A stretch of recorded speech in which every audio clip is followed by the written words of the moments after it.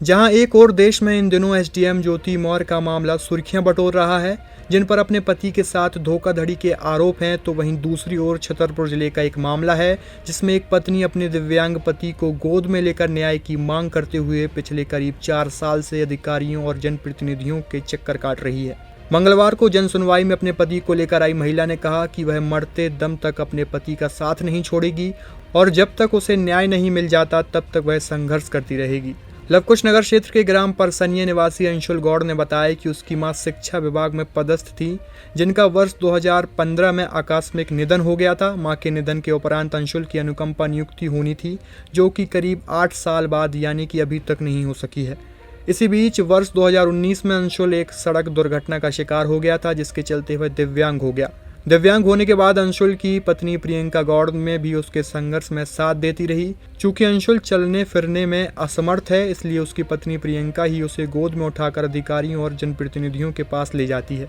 मंगलवार को जन सुनवाई में पहुंचे अंशुल ने बताया कि पिछले करीब 8 वर्षों से वह न्याय की आश में तमाम जनप्रतिनिधियों और अधिकारियों के चक्कर काट रहा है, लेकिन आज तक उसकी नियुक्ति नहीं हो सकी है। पिछले दिनों उसने कलेक्टर को आवेदन दिया था, जिस पर कलेक्टर ने लवकुश नगर एसडीएम को जांच तथा कार्यवाही के निर्देश भी दिए थे। हमारी पत्नी दर दर भटक रही है। मेरा 2019 में एक्सीडेंट हो गया था और 2015 में हमारी मम्मी ख़त्म हो गई थी।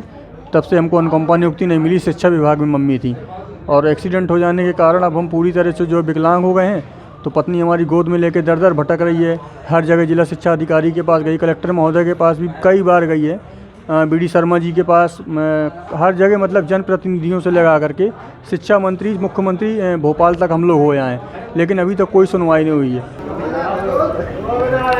कब से चक्कर काट रही हैं? 2019 से मैं लेके विकलांग हो गए मेरे पति, जब से मैं लेके भटक रही हूँ गोद में। कैसी आर्थिक स्थिति है घर की? आर्थिक स्थिति भुखमरी की तादाद पे, कोई कुछ नहीं कर रहा है। आते यहाँ पे आवेदन देते, इसके बाद बोल देते सब हो जाएगा, वापस घर पहुँच जाते, कुछ नहीं होता। भोपाल तक भी आप आई हो? जी, भोपाल हुआ, सीएम आवास हुआ, शिक्षा मंत्री के यहाँ, लोक शिक्षा संचालनालय, सब जगह हुआ आई हूँ मैं, कहीं कुछ नहीं हुआ। क्या वजह क्या है, क्या वो है? अनुकंपा नियुक्ति के लिए इनकी माँ 2015 में ख़त्म हो गई थी आग की वजह से। इसके बाद हम ऐसे ही लेके भटकते, कोई नहीं कुछ करता भाई।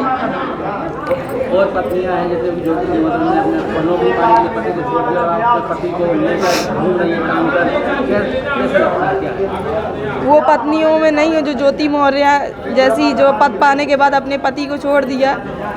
मैं तो अपने पति, मेरे लिए सब कुछ है, मेरे लिए मेरा पति, मैं लेके भटकती जब तक वो जी हुई थे, मेरे लिए वो आई है।